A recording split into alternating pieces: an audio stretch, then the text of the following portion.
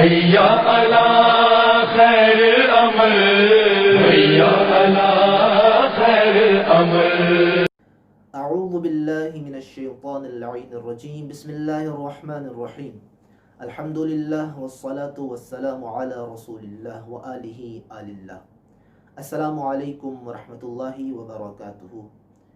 Channel فکر قرآن میں حافظ آکاش حیدر حاضر خدمت ہے۔ ناظرین، آپ اس بات سے آشنا ہیں کہ اس فکر قرآن چینل میں ہم اہم ترین موضوعات کو زیر بحث لاتے ہیں۔ آج کا بہت اہم موضوع ہے کہ قرآن اور مولا امیر کائنات علیہ السلام کا آپس میں تعلق۔ انتہائی اہم فرمان ذیشان نبی اعظم نے فرمایا کہ القرآن مع علی وعلی مع القرآن، کہ قرآن علی کے ساتھ ہے اور علی قرآن کے ساتھ ہے۔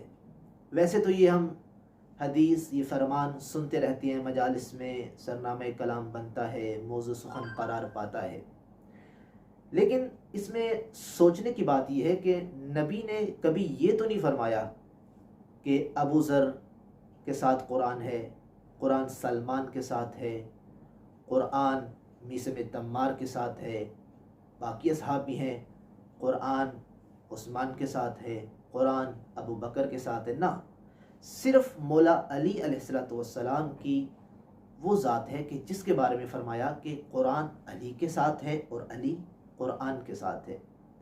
اور یہ نبی نے ویسے نہیں فرما دیا۔ اگر آپ غور کریں تو اللہ تعالیٰ نے جب نبی اعظم کو بھیجا تو ہمیشہ یہ ذکر کیا کہ ہم نے تمہاری طرف رسول بھیجا ہے اور ساتھ کتاب بھیجی ہے۔ قد جاءکم من اللہ نور و کتاب مبین، تمہارے پاس نور اور کتاب مبین آئی۔ یہ نور سے مراد نبی اعظم کی ذات ہے اور کتاب مبین قرآن مجید ہے، یعنی نبی کی ذات پر جو گواہ ہے وہ قرآن مجید ہے۔ اب نبی یہ ارشاد فرما رہے ہیں کہ جس طرح میری زندگی میں قرآن کے ساتھ تھا اور قرآن میرے ساتھ تھا، یعنی میری رسالت کا گواہ تھا، اسی طرح میرے بعد علی قرآن کے ساتھ ہے اور قرآن علی کے ساتھ ہے، یعنی علی کی امامت کا گواہ خود قرآن مجید ہے۔ اور یہ خلافت بلا فصل کی دلیل ہے۔ ہم تو اس کو فضائل کے عنوان سے بس سن کے اور نعرہ حیدری لگا کے گزر جاتے ہیں۔ نہ، اس میں غور کریں کہ واحد وہ علی کی ذات ہے کہ جس کے بارے میں کہا کہ علی قرآن کے ساتھ ہے اور قرآن علی کے ساتھ ہے۔ اور یہی وجہ ہے کہ صرف علی ہی کی ذات ہے کہ جس کے بارے میں ہم یہ کہہ سکتے ہیں کہ جب کفار یہ اعتراض کرتے تھے، وَيَقُولُ الَّذِينَ كَفَرُوا لَسْتَ مُرْسَلًا، سورہ رات کی آیت نمبر 43 میں ارشاد ہوا کہ کافر یہ کہتے کہ رسول، آپ اے محمد آپ رسول نہیں ہیں، لست مرسلا، کوئی رسول نہیں ہے۔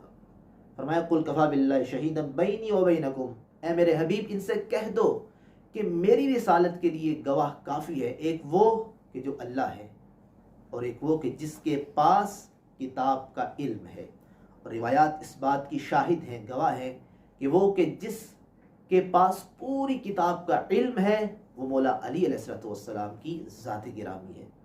تو لہٰذا اس فرمان کو یوں نہ گزر جایا کریں، صرف سننے پر اکتفا نہ کریں، غور کریں کہ قرآن علی کے ساتھ ہے، علی قرآن کے ساتھ ہے، یعنی خود بعد از رسول علی کی امامت کا گواہ قرآن مجید ہے۔ اور یہی وجہ ہے کہ آپ جا بجا قرآن مجید میں جہاں بھی دیکھیں گے، کبھی قرآن کہتا ہے کہ وہ کہ جو حالت رکوع میں زکوٰۃ دیتا ہے، سخاوت کرتا ہے، وہ علی کی ذات ہے۔ کبھی قرآن کہتا ہے کہ وہ کہ جو مباہلے کے میدان میں نبی کی نبوت کا گواہ بن کے گیا، وہ علی کی ذات ہے۔ کبھی قرآن یہ کہتا ہے وہ کہ جس کے گھر کے سامنے نبی آیت تطہیر کی تلاوت کرتے ہیں، انہی میں سے ایک علی کی ذات ہے۔ تو قرآن جا بجا گاہے بگاہے علی کی ذات کی طرف اشارہ کرتا ہے، اس کی امامت کی گواہی دیتا ہے۔ تو لہٰذا آئیں مل کر ہم اس پیغام کو فروغ دیں کہ قرآن علی کے ساتھ ہے، علی قرآن کے ساتھ ہے، اسی طرح ہم بھی علی کے ماننے والے ہیں۔ ہمیں بھی اس سیرت پہ عمل کرنا چاہیے کہ جہاں قرآن کہے گا ہم اسی پہ عمل کریں گے، اور جہاں علی رہنمائی کریں گے ہم اسی کی بات پہ عمل کریں گے۔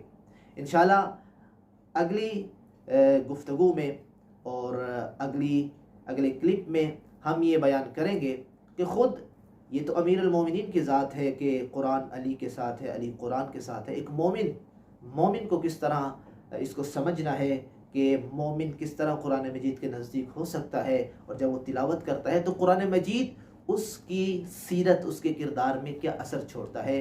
خدا سے دعا کرتے ہیں کہ اللہ تعالی ہمیں اسی طرح قرآن کے اس پیغام اور فکر کو سمجھنے کی توفیق عنایت فرمائے۔ والسلام ورحمۃ اللہ وبرکاتہ۔